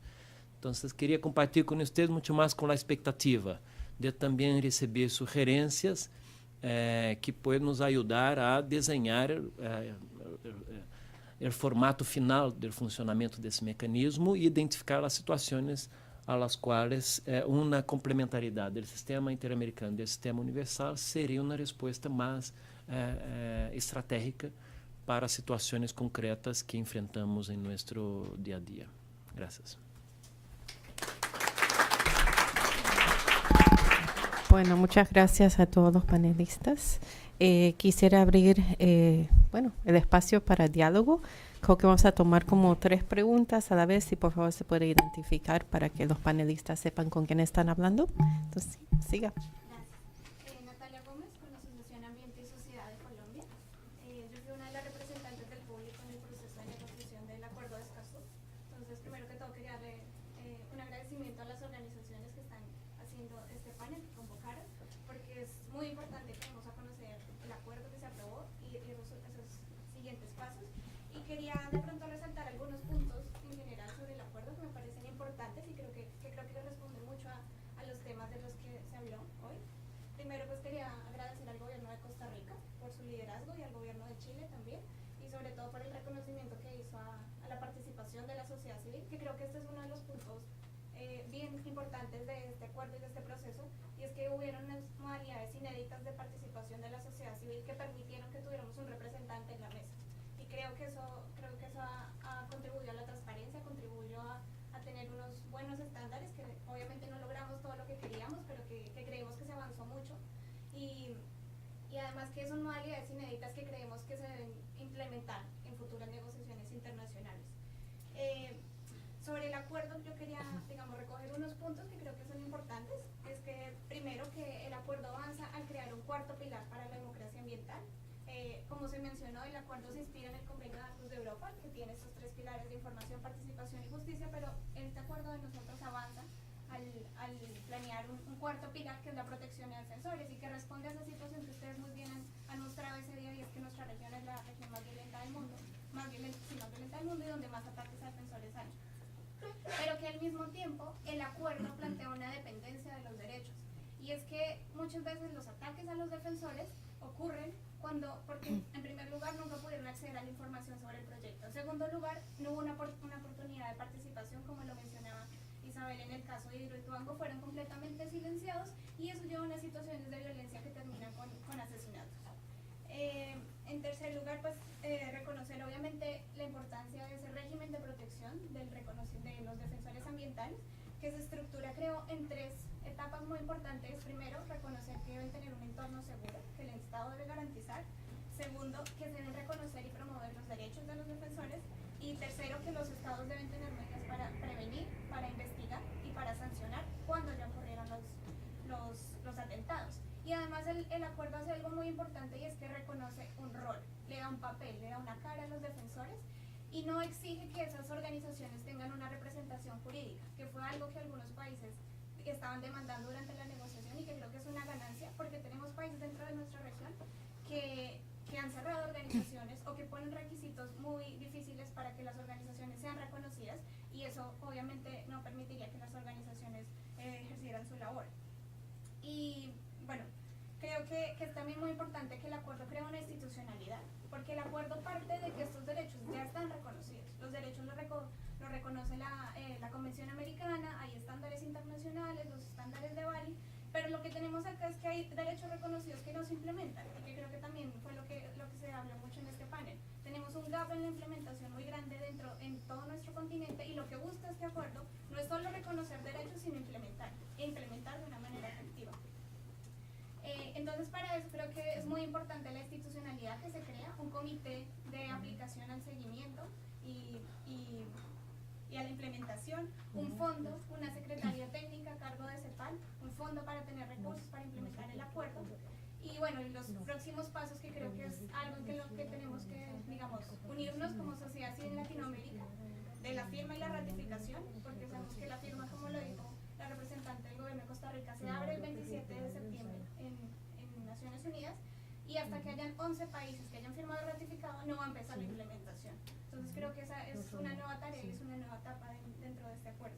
Y lo último era, quería hacer un comentario sobre el rol de la Comisión y el rol del sistema interamericano.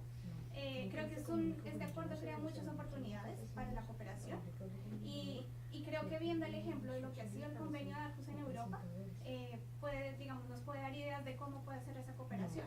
Lo que hemos visto en Aarhus es que en Aarhus el Comité de Expertos de Aarhus y el Tribunal de Estrasburgo han tenido una relación de diálogo lejano y una relación en la que el Tribunal de Derechos Humanos Europeos ha estado reconociendo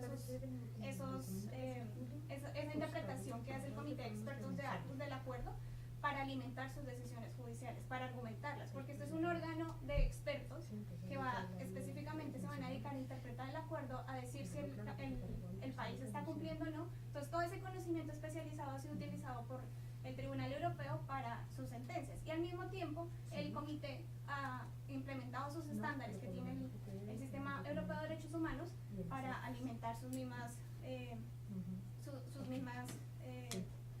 peticiones. Entonces esos eran mis comentarios, y una vez más darles las gracias a todos por la organización de este evento y gracias. Muy bien. ¿Otras personas? ¿Preguntas? Sí, por favor, identifíquese. Soy Gretchen Gordon con la Coalición para los Derechos Humanos en el Desarrollo. Quería preguntar, desde tus perspectivas, ¿qué es el papel de los bancos que financian estos proyectos de desarrollo en cuanto a la prevención de ataques o la respuesta a los ataques? ¿Qué creen que ellos, qué papel deben asumir? Okay, ¿hay otras preguntas? Sí, sí. Era sobre eso. Ok, bueno, muy bien. No, y un poco bueno, yo trabajo en el Banco Interamericano de Desarrollo, en el Mecanismo Independiente de Consulta e Investigación, que es el mecanismo de rendición de cuentas del banco. Entonces, un poco la pregunta y el comentario iba hacia allá. Creo que, un poco como dijo Paulo, efectivamente hay que ampliar alianzas, y creo que en este debate que finalmente es de derechos humanos y empresas, y derechos humanos y ambiente, sistemáticamente se están perdiendo estos actores en las mesas de diálogo, que son las instituciones financieras internacionales, que finalmente son conformadas por nuestros estados. Ellos son nuestros representantes. Existen unos estándares ambientales y sociales que a su vez en muchas ocasiones incorporan obligaciones de derechos humanos y derecho ambiental que deberían ser seguidas, y me parece que deberíamos estar haciendo un esfuerzo mayor para traerlos a la mesa, o al menos para visibilizar digamos, el desconocimiento en algunas ocasiones de la situación tan grave que estamos viviendo en la región y en general en el mundo en materia de criminalización y violencia contra defensores y defensoras, pero también la falta de compromiso en muchas ocasiones de estas instituciones. Entonces, un poco era una pregunta y un llamado, una pregunta de qué alianzas e interlocuciones se están generando con estos actores, y qué retos y posibilidades ven. Me parece que, por ejemplo, la Comisión Interamericana y nosotros desde el BID, o más desde el mecanismo, hemos estado evaluando posibilidades para colaborar con la Comisión. Obviamente, desde el punto de vista de promoción de la Comisión, ustedes tienen muchísima información que va a ser fundamental para traer en el procesamiento de nuestros casos. Hidroituango tiene financiamiento del BID, entonces eso es un buen caso que vamos a ver en un par de semanas y años tal vez, pero no es el único. Entonces creo que por esa parte, y con el mecanismo de protección, porque finalmente ni los mecanismos de rendición de cuentas ni los bancos tenemos una posibilidad de proteger los potenciales afectados de los proyectos que están siendo financiados o los solicitantes que acuden a nosotros, y vamos a necesitar generar alianzas con sociedad civil que tiene experticia protegiendo estas comunidades y este grupo en situación de vulnerabilidad, pero también con Naciones Unidas y con mecanismos regionales de protección que tienen la posibilidad de influir en los estados para que desplieguen mecanismos efectivos de protección. Creo que eso es algo en lo que hay que trabajar y que tal vez nos está haciendo falta. ¿Hay otra pregunta más? ¿Comentario? ¿No? Bueno, entonces le voy a pedir a todos los panelistas que digan una última palabra, que también responden a las preguntas, y con eso cerramos el evento. Cualquier orden que quieras, está bien. Sí, muchas gracias. En realidad, bueno, ha sido muy provechosa la participación aquí. Yo quisiera referirme a lo que decía Natalia. O sea, el acuerdo de Escazú lo que ha planteado es una posibilidad, y lo que tenemos es un documento que hay que darle vida. Y ahora viene el trabajo que ella mencionaba, bueno, lo más difícil. Aquí en la mesa también los colegas de la mesa han mencionado, tenemos muchos instrumentos, pero los instrumentos en derechos humanos, en otros temas, no toman vida por sí solos. Somos nosotros los que tenemos la obligación, estados, sector privado, ¿verdad? Y el ciudadano en sí, para hacerlo valer. No, de nada nos sirve tener y haber tenido una experiencia que ya es positiva de la negociación con la participación por primera vez, por lo menos de lo que yo conozco en el mundo, de una participación de la sociedad civil en las negociaciones. Eso es una experiencia positiva, pero de eso, o sea, se nos puede quedar en un papel vacío, igual que otros documentos, instrumentos internacionales, y ahí es donde tiene la obligación el ciudadano y el gobierno, que aquí tomamos pues el compromiso, por lo menos del gobierno de Costa Rica, que es por el que yo puedo conversar y plantearlo, de llevar adelante en la medida de las posibilidades la ejecución plena de este instrumento y de todos los demás instrumentos en derechos humanos que a nosotros siempre hemos valorado en demasía. Sobre el tema de los bancos y en realidad el sector privado, hay muchas intenciones buenas, digamos, en la multilateralidad de unir esfuerzos y ampliar las alianzas, y eso, bueno, se hace día a día. A veces hay 2 pasos para adelante, a veces se retrocede también, pero hay que seguir insistiendo. Sin eso no podríamos llegar a buen puerto. Muchas gracias.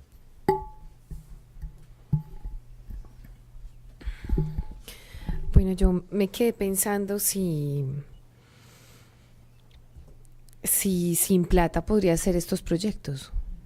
No pueden ser. O sea, ¿cuál es el papel de los bancos?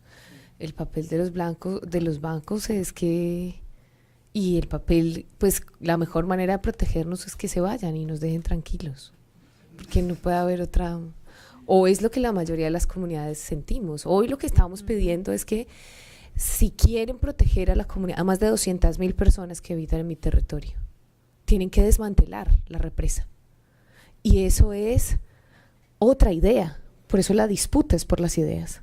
Porque la empresa no quiere entender que no se puede mantener el muro allí, así no vaya a producir energía, porque hoy no la puede producir, porque destruyó su propia casa de máquinas, porque está sedimentada. Pero el asunto es de ideas. No se puede concebir ahí, en ese territorio con ese nivel de violencia, que el pueblo haya tenido la razón, que un grupo minoritario como el nuestro, o como me dicen la mechuda, alias la crespa, pues tenga la razón. No se puede concebir. Es una disputa de quién tiene la razón y quién tiene el poder en las ideas. Y así sea el absurdo más grande, lo van a intentar imponer.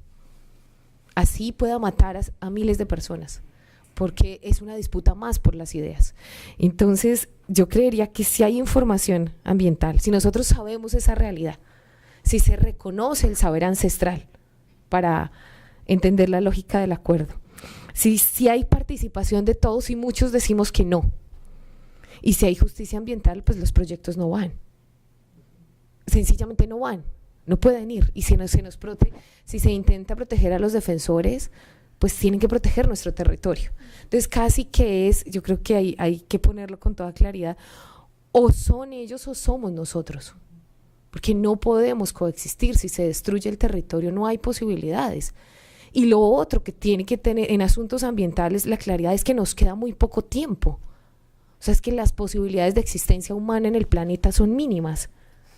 Y que eso no exista con absoluta claridad, pues es la angustia que tenemos quienes estamos viendo la destrucción a todo nivel.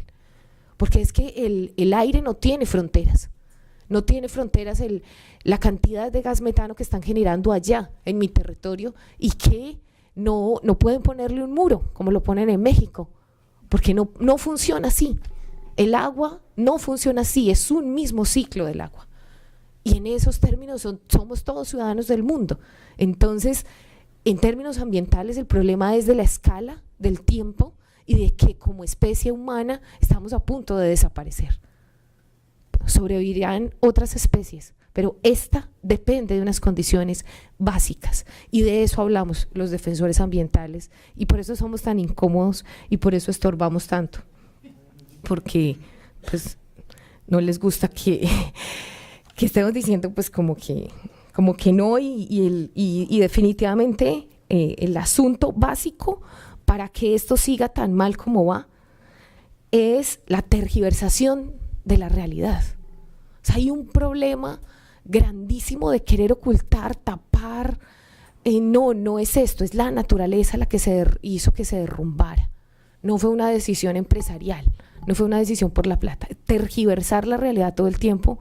Creo que cuando decías el papel de los bancos, si es que les importa su dinero, hoy están perdiendo billones de pesos en Hidroituango, billones. Para nosotros esos miles de millones y no nos cabe ni siquiera la cifra. ¿Por qué? Porque no nos escucharon, porque no escucharon el saber ancestral que tenía la verdad y no lo tenía el saber técnico. Entonces, en ese sentido, el desconocimiento, el ocultamiento y la simulación, que en Colombia es absurda, tanto del Estado como de la sociedad civil. A la sociedad civil también, a gran parte de la sociedad civil le ha gustado simular, inventarse un mundo que no tenemos, una paz que todavía no existe. Y esa es la necesidad de entender que si no conocemos la realidad, la evidenciamos, pues no tenemos posibilidades, y ni siquiera los bancos han querido reconocer que su plata también se está perdiendo y está en juego y se la está llevando el río. No, pues yo después, ¿qué digo? Me voy a comer mi guacamole ahora sí.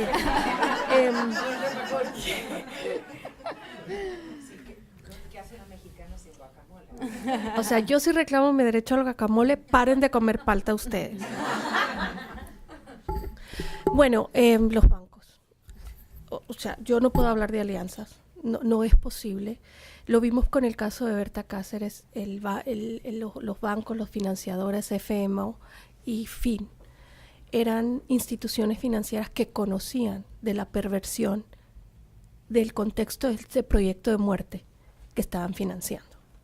Y como ellos todos, yo acabo de estar en Argentina, con la frontera, con las 3 fronteras, en donde los últimos 6 meses se han otorgado 47 licencias para exploración de litio en comunidades de pueblos indígenas.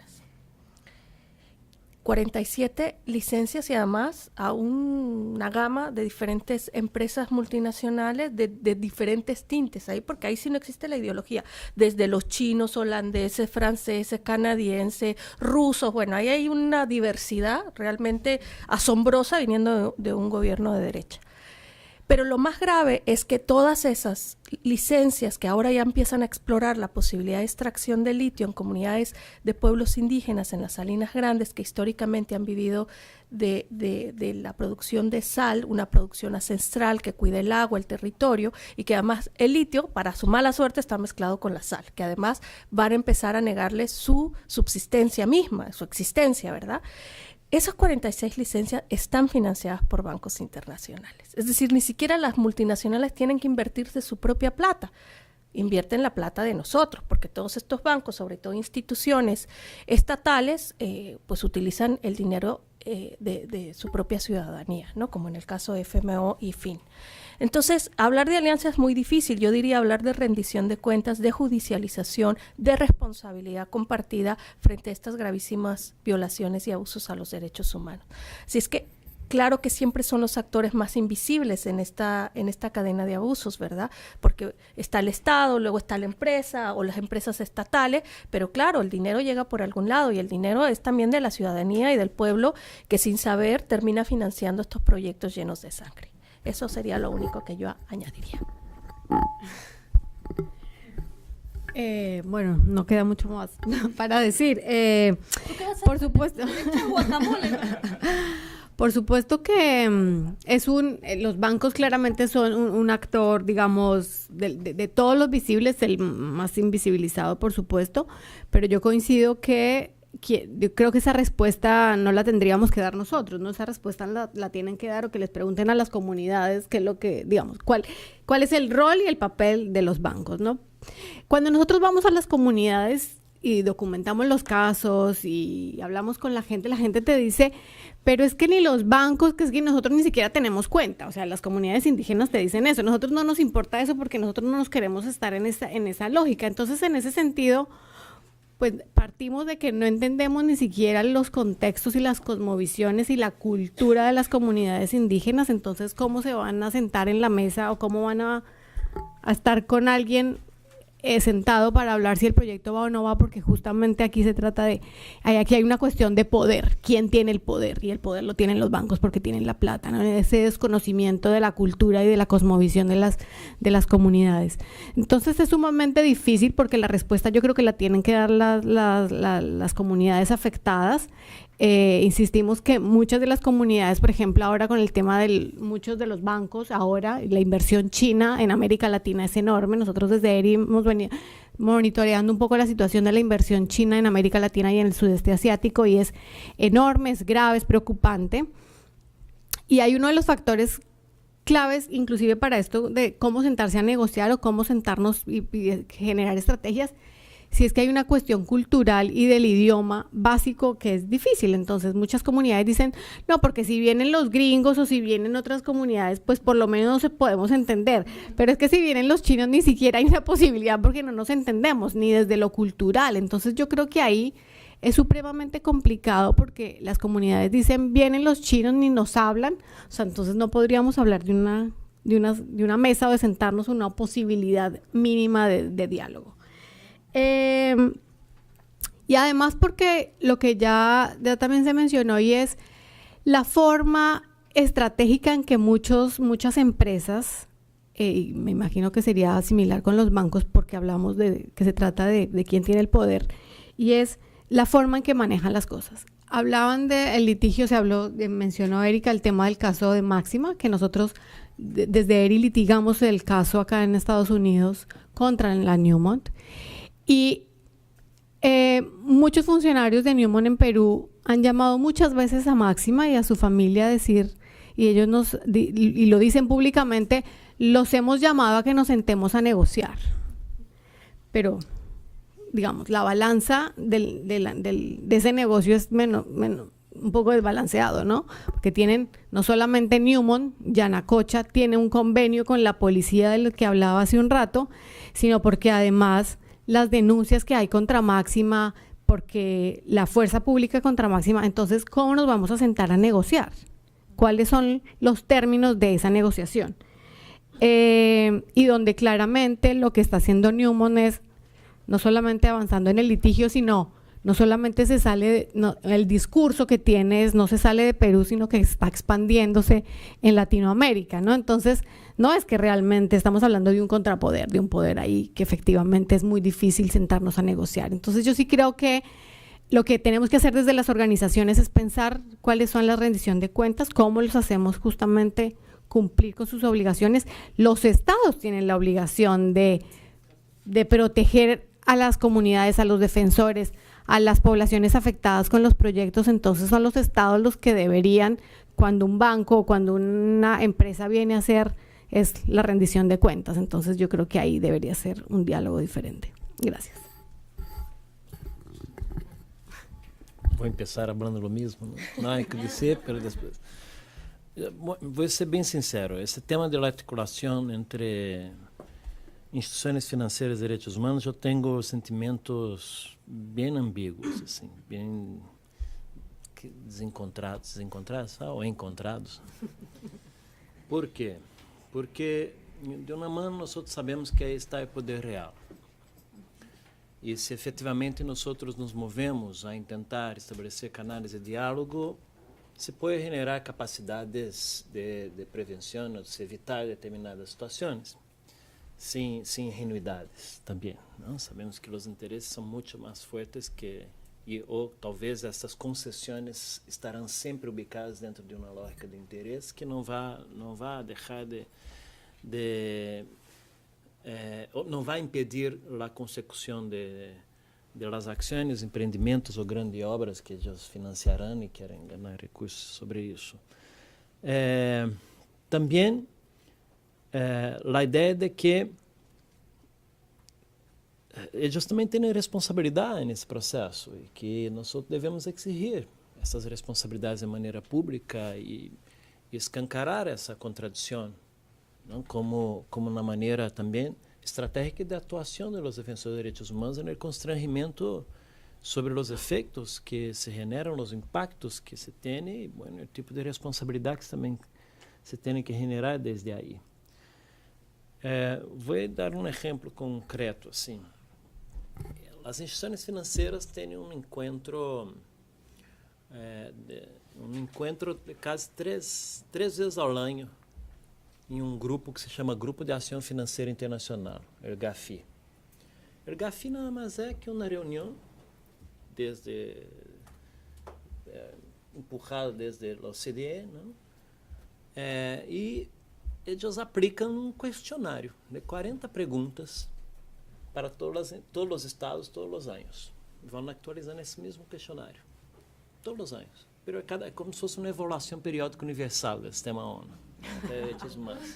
São 40 perguntas que eles discutiram há muito tempo, demoraram e vão nascendo. Este ano para Paraguai, para Irlanda. E os outros países vão nascendo os questionamentos, vão aplicando essas 40 perguntas. E essas 40 perguntas vão orientar uma classificação dos países para apontar maior ou menor inversão financeira internacional. E eles têm uma capacidade, têm um poder de influência muito intenso, que ao ponto de, para que vocês tenham uma ideia, quando passou o 11 de setembro, se quis generar legislações de combate ao terrorismo no mundo. E se pensou muito como estimular que os países criaram legislação de combate ao terrorismo. Alguém levantou a mão e disse, bueno, vamos ao GAFI e criamos a pergunta 41. E se criou a pergunta 41. Se criou aí a seguinte pergunta: se o país tem aprovado uma legislação sobre terrorismo ou não? Se criou a pergunta 41. E os países, e aí desde aí se empurrou os países a criar todas suas legislações. E lá, os países que não o tinham entravam na lista gris. Não?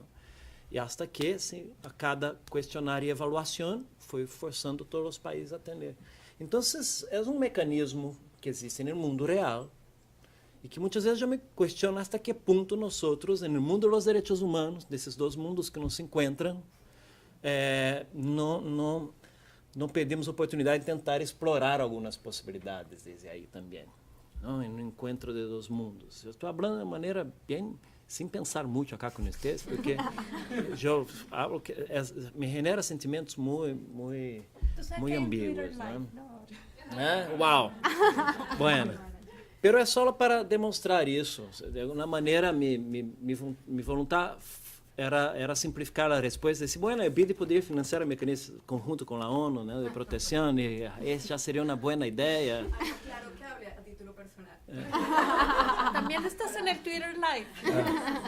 Pero também, só para dizer, isso não é uma construção artificial em um mundo que está lejos de nós, porque entre essas 40 perguntas estão aí. O país tem leis de transparência, acesso à informação. Há a agenda de direitos humanos, que obviamente favorece ao mercado livre, etc. e tal, pero que se combina com agendas que são compatíveis com as nossas também. Não? Entonces dejo solo estas reflexiones en el aire también, para que sin ingenuidad también, saber que los intereses son muy distintos, pero que muchas veces hasta qué punto nosotros estamos dispuestos a realizar alianças com que tipo de atores, em que momentos, em que contexto e para quê. Então, essa é apenas uma angústia. Bueno, quisiera agradecer mucho a nuestros panelistas hoy por una discusión muy sincera y también muy enriquecedora. Invitados a todos a comer una empanada, por favor, y que también todos le demos unos aplausos finales a nuestro panel. Gracias.